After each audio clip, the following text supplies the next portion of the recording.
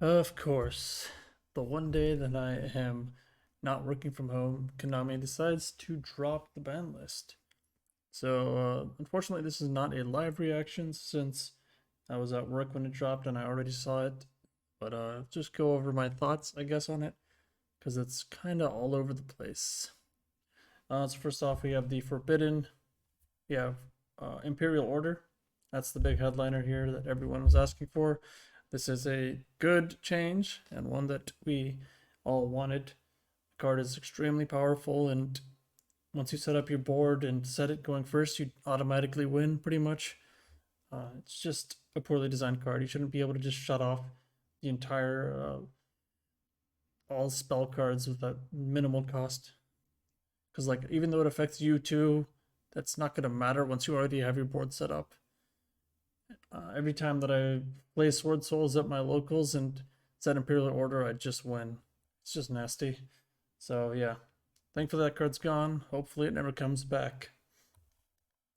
Speaking of Sword Soul, we have Arch Nemesis Protos being banned. Also not surprising. The card is extremely powerful and is just an automatic win. If you know what deck your opponent's playing, you just call that attribute, and there's pretty much nothing they can do. You're always able to set up a negate beforehand with Baron Deflor pretty much, so they can't even negate Protos usually. So it's just a turn skip, and it's pretty degenerate. So the other forbidden card that we have, one of them is Samorg. I think this is a pretty good hit as well to the bird deck. Samorg is extremely powerful and is a recurring special summon from deck, which can get you Apex Avian or Cobalt Sparrow or any of the other bird monsters that you need at that time. And granting targeting protection to your monsters is pretty powerful as well. And it can summon Barrier Statue, which is not fun, obviously, which can be used in decks outside of just the bird deck, by the way. So yeah, Smorg, I think it's a good hit. Should definitely be gone. It's extremely powerful. But the one that really doesn't make sense to me is Eva. Why on earth is Konami hitting Droidtron again? The deck is not that great right now. With only access to one Ben 10 and Eva was limited, no Union carrier, like it wasn't doing that much. Banning Eva pretty much just kills it.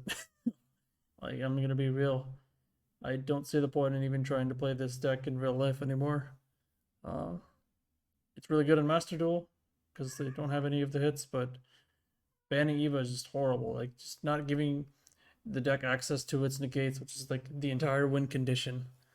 So you can try to play some cheesy variants with the Megalith, but I promise you they are not very good. And they lose much harder to disruption.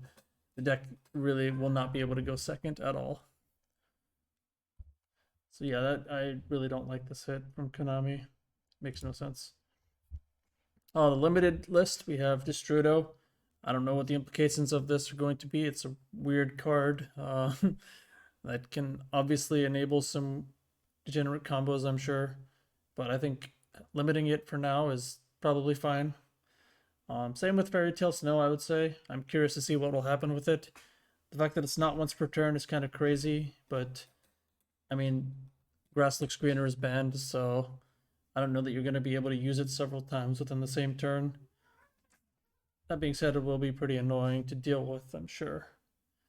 Astrograph Sorcerer to 1. I mean, I think that's okay as well. People have been playing it along with Electromite even in Master Duel, and they've not been doing much with Pendulum, so I think Astrograph to 1 will probably be fine for now. Lunalight Tiger,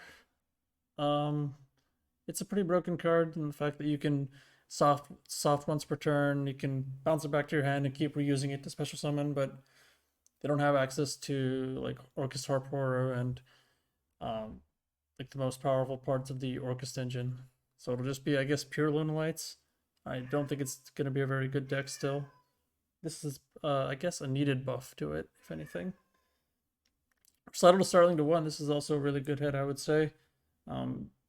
It really hurts the turn 1 board that the birds are making, because usually they can get multiple searches easily, and then seamlessly overlay into Utopic Future Draco. So hitting Recital Starling will definitely hurt the power level of their end board. They'll have to think about what they're creating. They'll have to waste an Assembled Nightingale or something. I think that's a pretty good hit. Both banning Simorgh and hitting Lurlesk to 1.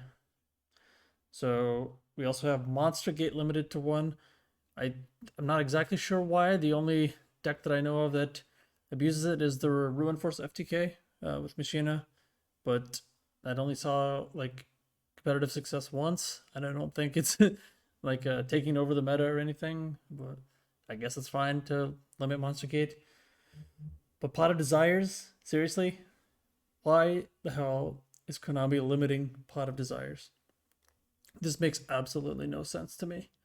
If they wanted to hit Sword Soul, there are like a million other ways to do it. This hurts other decks as well. So all you Grand Maju players are probably in shambles right now. I just don't understand, really. Like, what's the point? Do they want me to buy Pot of Prosperity? Because I'm not going to buy it. This card's way too expensive. I'm not spending $130 for each copy of Pot of Prosperity. I'm not doing it. This is like just a really stupid hit, I would say. One of the least things that makes the least sense on this list. It's mind blowing. Semi-limited. A hero lives. I think that's cool. Give a boost to heroes. They are not that great of a deck, so having access to a 1-card Dark Law is pretty cool, I guess, for them. I don't see that being used outside of the hero deck.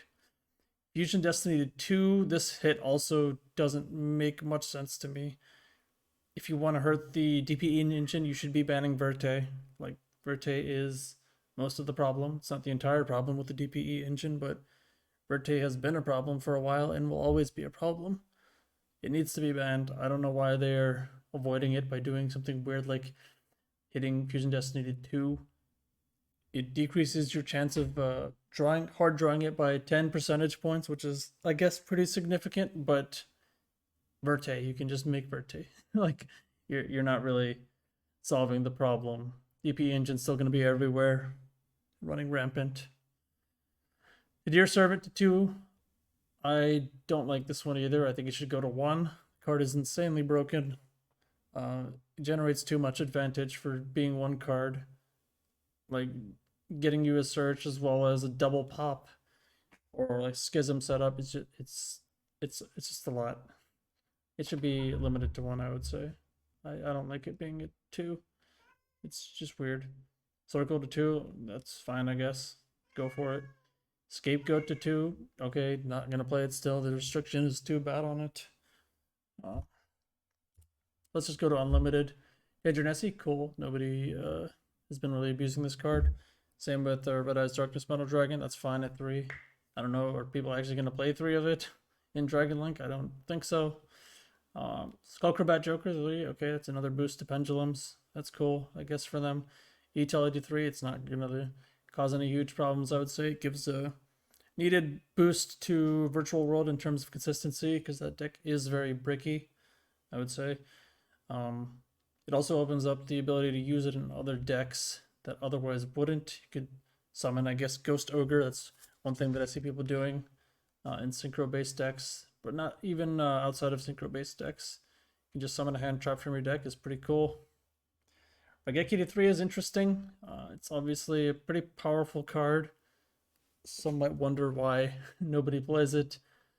I mean, the thing is that there are a lot of monsters that can either negate cards like this or they can't be destroyed by card effects. So usually using a single Raigeki wouldn't do anything. You'd rather have like a Dark Ruler or Forbidden Droplet, something like that, that your opponent's monsters can't respond to.